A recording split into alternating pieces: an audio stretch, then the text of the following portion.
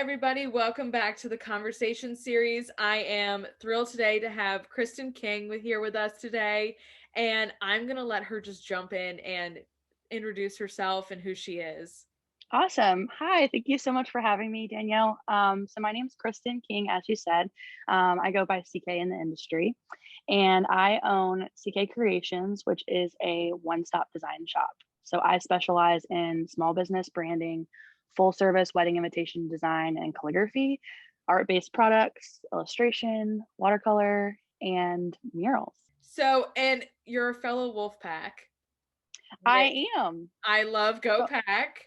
I actually went to the NC State School of Design, and I majored in design studies with a concentration in nonprofit studies. I always love to say when you're driving around NC State's campus, you always know which one is the design building because It's so true. It's absolutely everything else is brick, but then you get to the design building and it's like marble and absolutely beautiful. So It's so pretty. I love to make that joke with everybody. And Liaisar, which is another building for design, is another place that I spent most of my time as well. And that's another really beautiful part of campus. Yeah. And it also backs up to the Court of Carolinas, which I always love. And it's only a short walk away from PCJ. So yes. Port City, Java. The important things on campus. The coffee. While we're on the coffee, when I was doing my research on you, you are a collector of coffee mugs. I am. And I would like take you over there and show you. I've significantly reduced the number of coffee mugs since moving into the studio apartment. Yeah. But like I definitely probably still have some in storage. So I had to pick like my exact favorites to come with me to this that being said, to this studio. That being said, I still have maybe 20 here. But you have like 50 plus, don't you? Yes. So I collect mugs and I collect records, and I've been doing that since college. But what I love about mugs specifically is it just like with design or fashion, it's always giving you like a new experience. I'm all about experiences. Yeah. So when I wake up in the morning, I'm like, what's my vibe today? Like, what am I feeling? This one, it's funny because I was like gonna actually change it out. It was like, but when I was getting ready, I was like, I'm gonna change it out to a more like aesthetically pleasing one for like this, but I didn't have time. But this says Hey Boo. I love it. Yeah.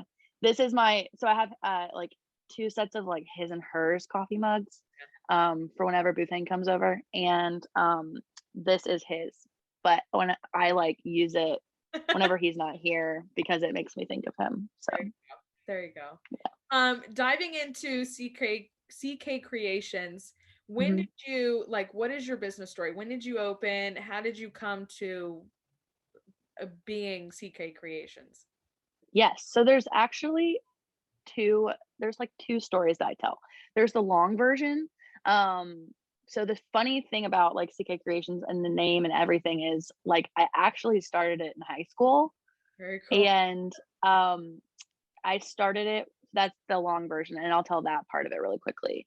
I started it in high school with designing Sharpie shoes. So I was literally having like little design consultations with my friends in high school, and I sold like over 40 pairs of shoes at like $40 a pop.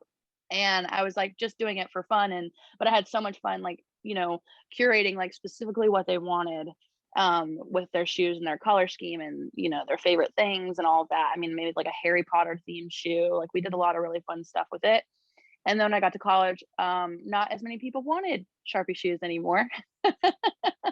It kind of the fad died, and I was like, oh, okay, well, I guess I guess I'll figure something out like later. But I always kept designing, always kept drawing. I was in design school, so I was always like sketching and working on something. And I've been an artist forever, always growing up. My mom jokes like that we would on a 9-hour car ride we'd go visit, our family in Kentucky, and on a 9-hour car ride, we'd be, on our little Magna doodles or working in our sketchbooks, me and my brother in the back seat. And that would be enough to keep us entertained for 9 hours. And when I'd be working on schoolwork, what I would do when I would get off school would be draw.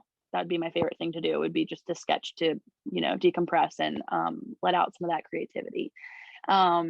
And it's funny because I never thought that I could make money with design, with art in general. I always, you always hear the term starving artist. Yeah. Um, and so basically I just kind of got it in my head, well, that's not going to be me. Really wasn't until I applied for design school that I thought, oh, design, this is a way that you can, design is a way that you can make money with art.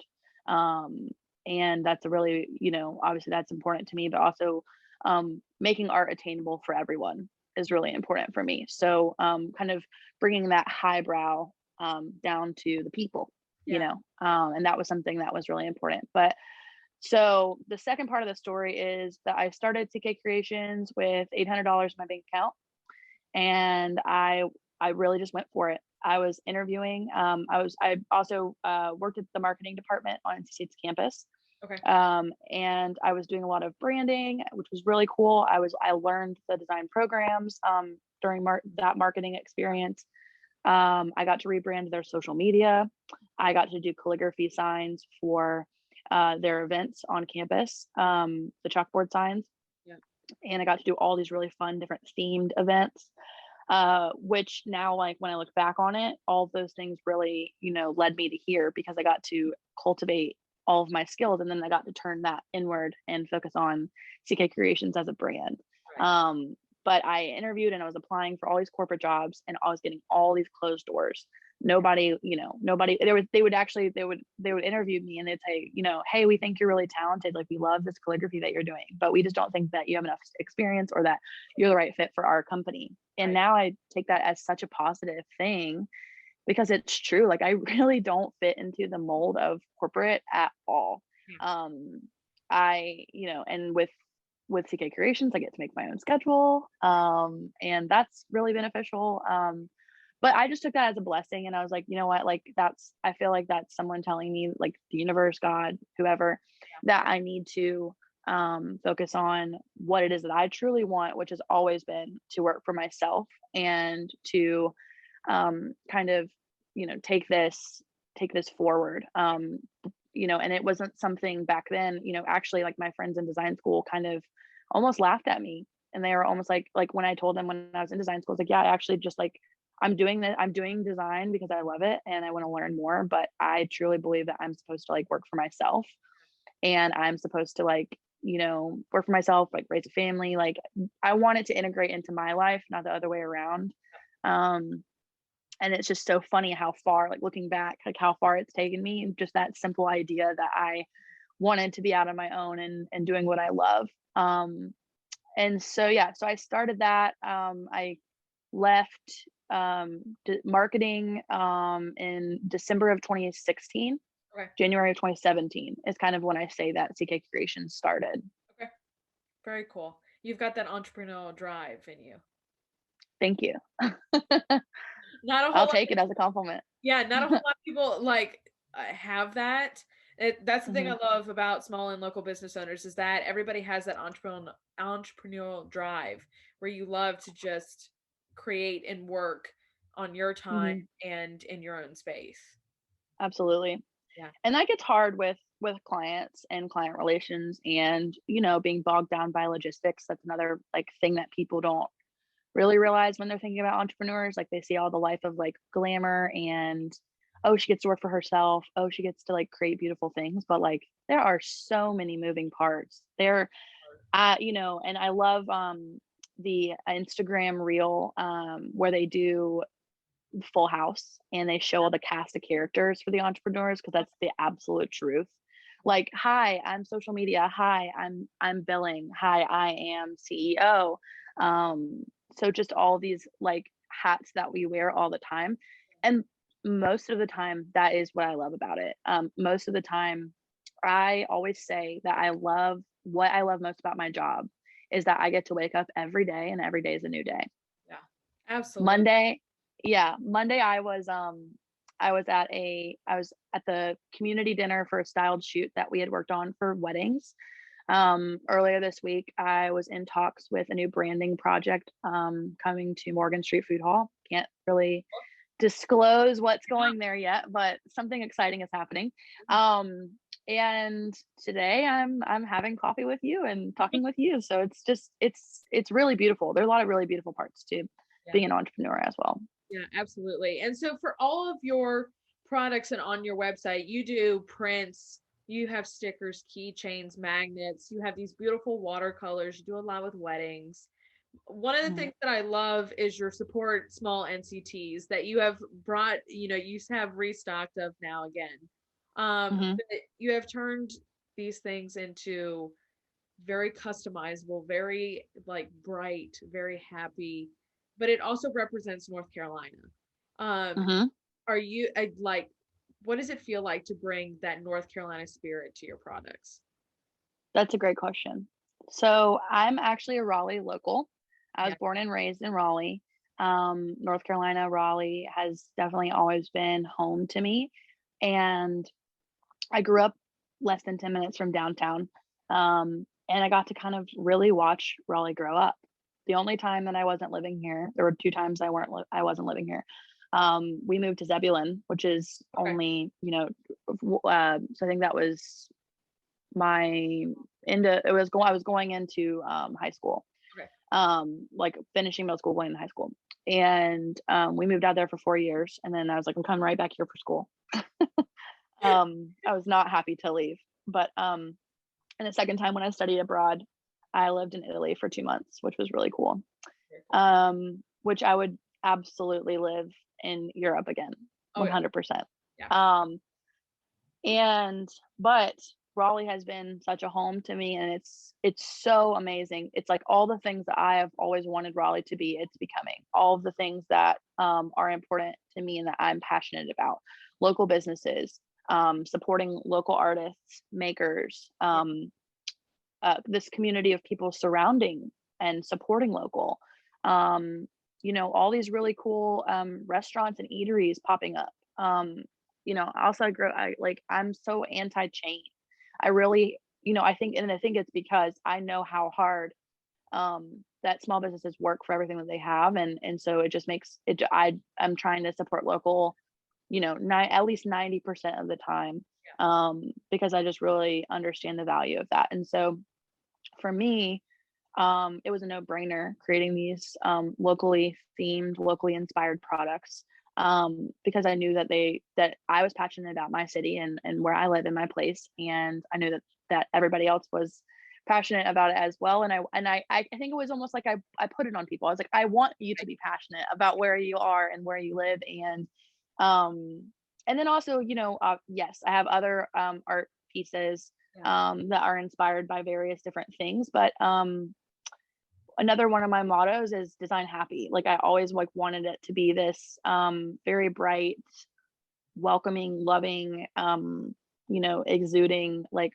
color and fun and joy, because I want to bring like joy to people with my art. That is definitely something that I want to do at the end of the day. So I always say that my art and design, they're for everyone. And then I have, like a lot of artists have their catharsis, the things that the way like creatively that they kind of process feelings and emotions. And for me, that's music and Okay. poetry. Very cool. Very cool. Do you have a favorite out of your products that you love to design or make? Okay. So, okay. Specifically, do you mean like the type of product, or do you mean like specifically my favorite thing to do out of all of my skills, or like the products that are already out on the market, like the North Carolina stuff or something like that? I feel like I want the answer to all three now that you've dug in. I feel like I'm like, Because okay, like, I'm really interested in what this answer is. yeah, I'm like, I see your answer and I raise you Yeah. three answers. Yeah. Well, I kind of already answered the first, I think it was the second one, but it doesn't matter. I kind of already answered the second one, which was like, I love the answer to what do I love designing Yeah. is I love getting to design different things Yeah. every day. I love getting to do different aspects because it keeps me creative. Yeah. So if I were just to do branding, I love branding. I Okay. think it is so cool. And I am so into the idea of culminating and creating and working and collaborating with a person to create like a specific vibe and feeling and emotion and evoke that out of their clients or their demographic or whatever mission that they're focused on, I love teaming up with them and being the forefront and getting to create that visual narrative for their story.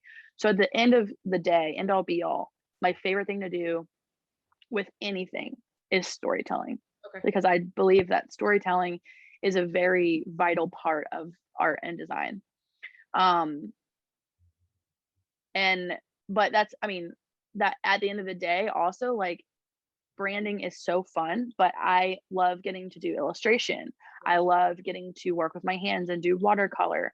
Um, I love being able to like paint a mural. I love, there's so many aspects to it. I always say that creativity is this thing, and all these other skills are just the vessels Yeah. to get there. So creativity is what I love to do, but I love to explore them in all these different vessels. But if I had to say like what is my favorite product, I would probably say like it's any new product. Yeah. Whenever I get a new product in the mail, whenever I take it from designing it on my iPad, Yeah.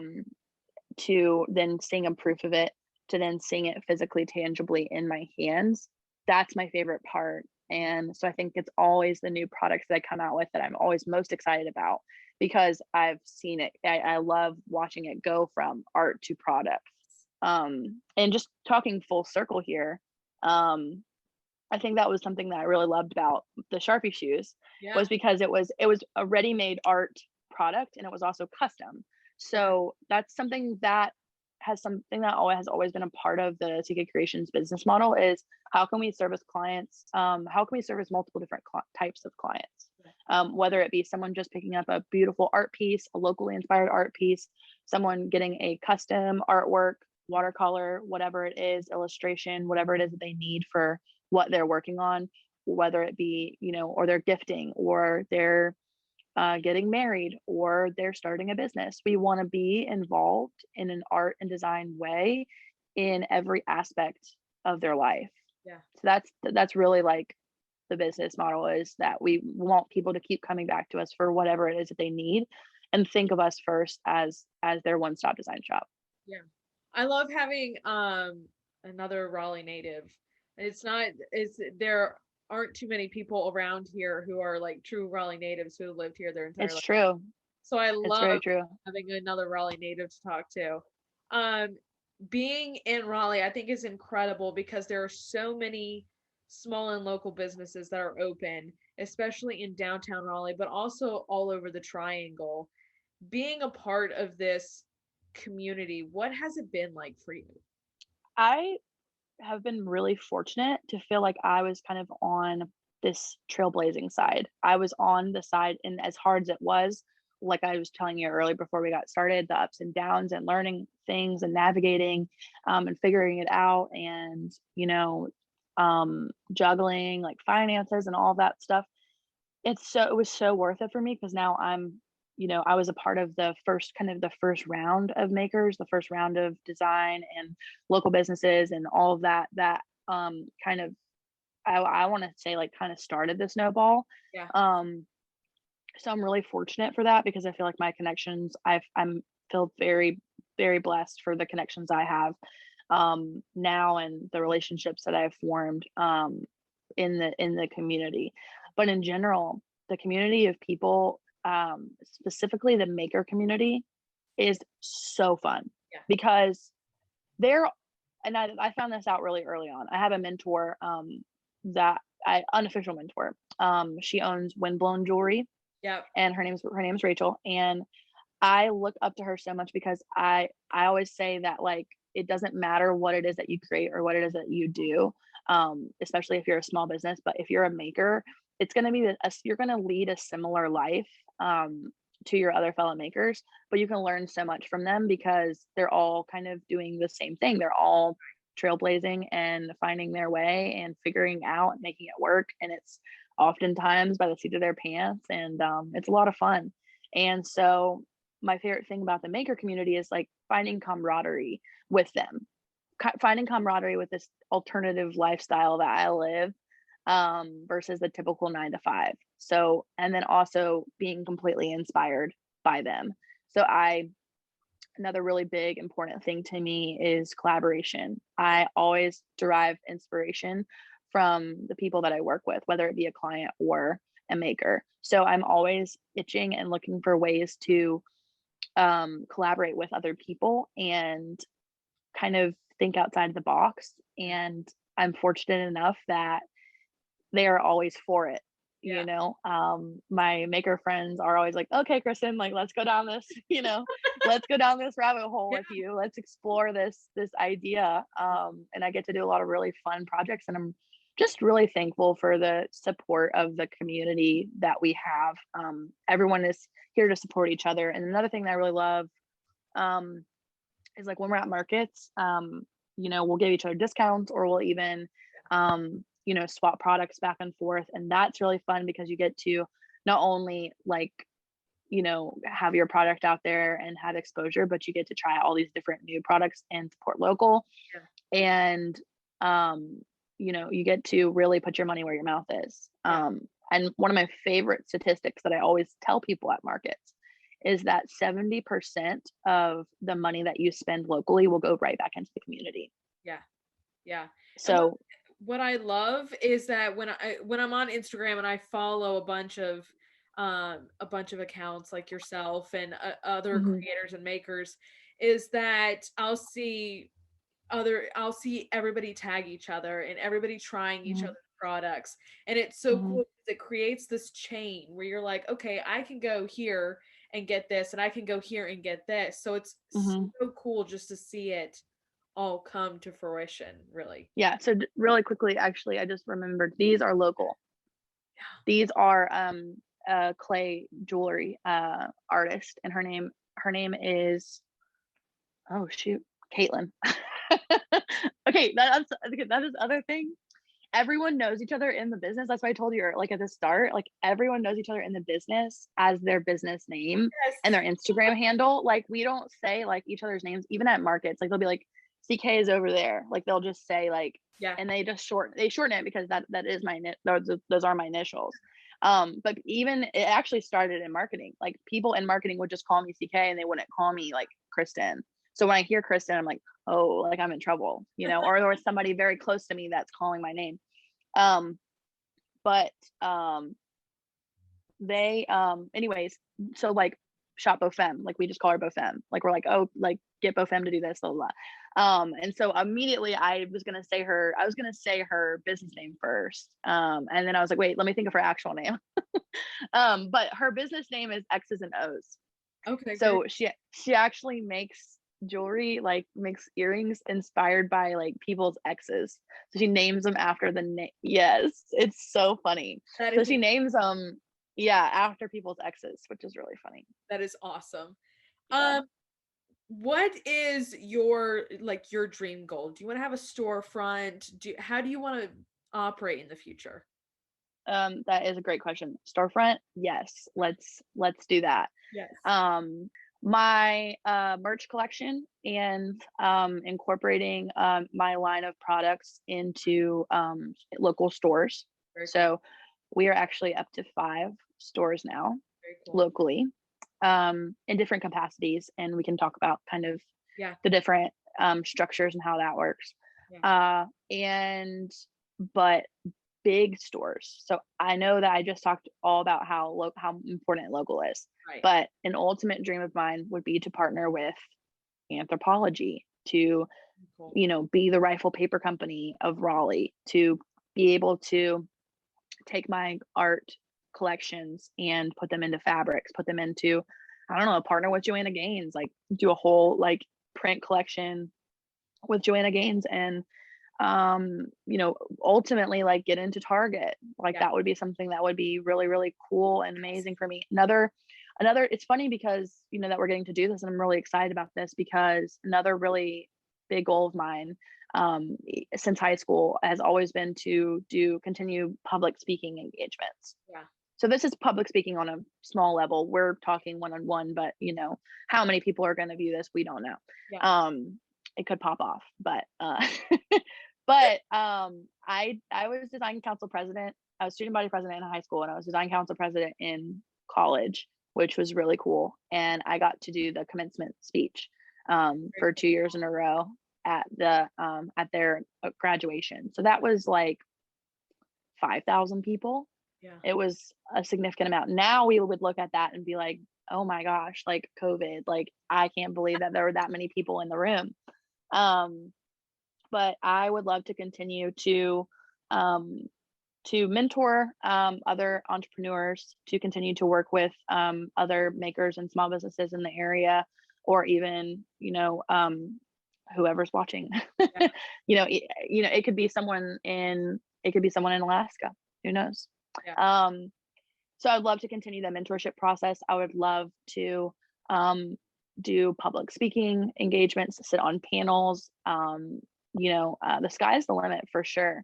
But just get to a place where I'm creating streams of passive income. Yeah. And I will always continue designing, and I'll probably always continue to create custom work for people, but just getting to a place where I can take the day off, or I can start my family, and just having that. I mean, everyone wants like financial peace and security. So Yes.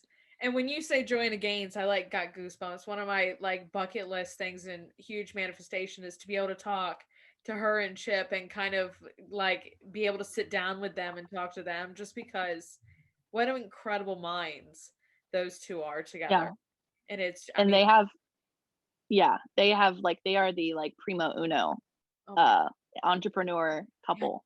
yeah, But what I love about it is that they are so low key about it. I mean, like I love their story and how basically they were just sitting on their farm yeah. and someone came up to them and said, "Hey, we want to do this story."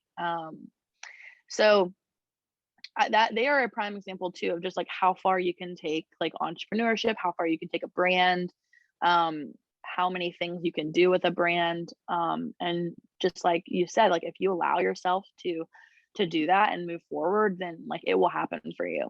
Yeah, absolutely. And I mean, I don't want to say empire because once again, they are so humble about it. It's not an empire to them. It's a Yeah, community. They would say it's a community, right.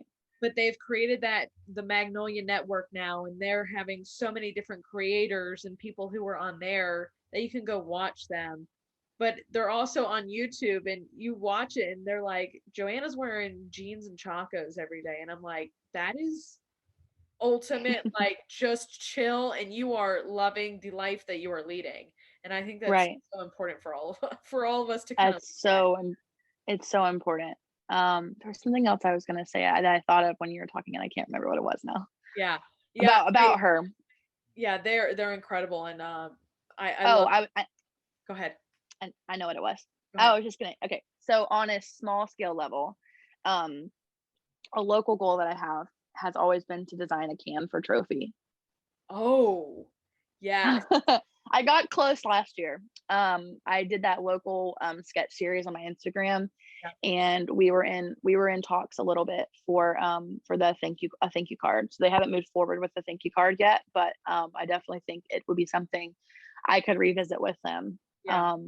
And that was another reason. I mean, it was only because of COVID. That was the only reason why everyone was on that same level. Yeah. Which is why I started the small business sketch series, was to continue to support these local businesses that really needed us during that time. I love that. I love that. And I think that'd be so cool to turn, especially with your vibe and how bright and like just energetic it would be. It'd be such a cool thing.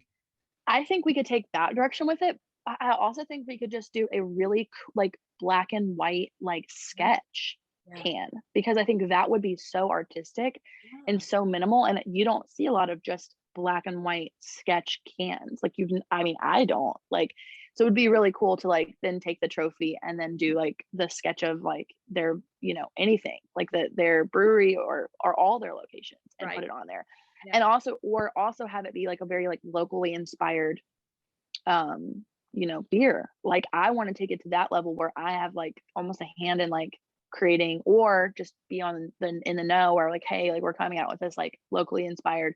They just did like I think a Dick's collaboration, but it was for a sour, and they used local hops for the sour. And so I would want to like be a part of something that was like local, just like that. I mean, they had, when they did their, I don't know if you were attended their Sunflower Fest that they had.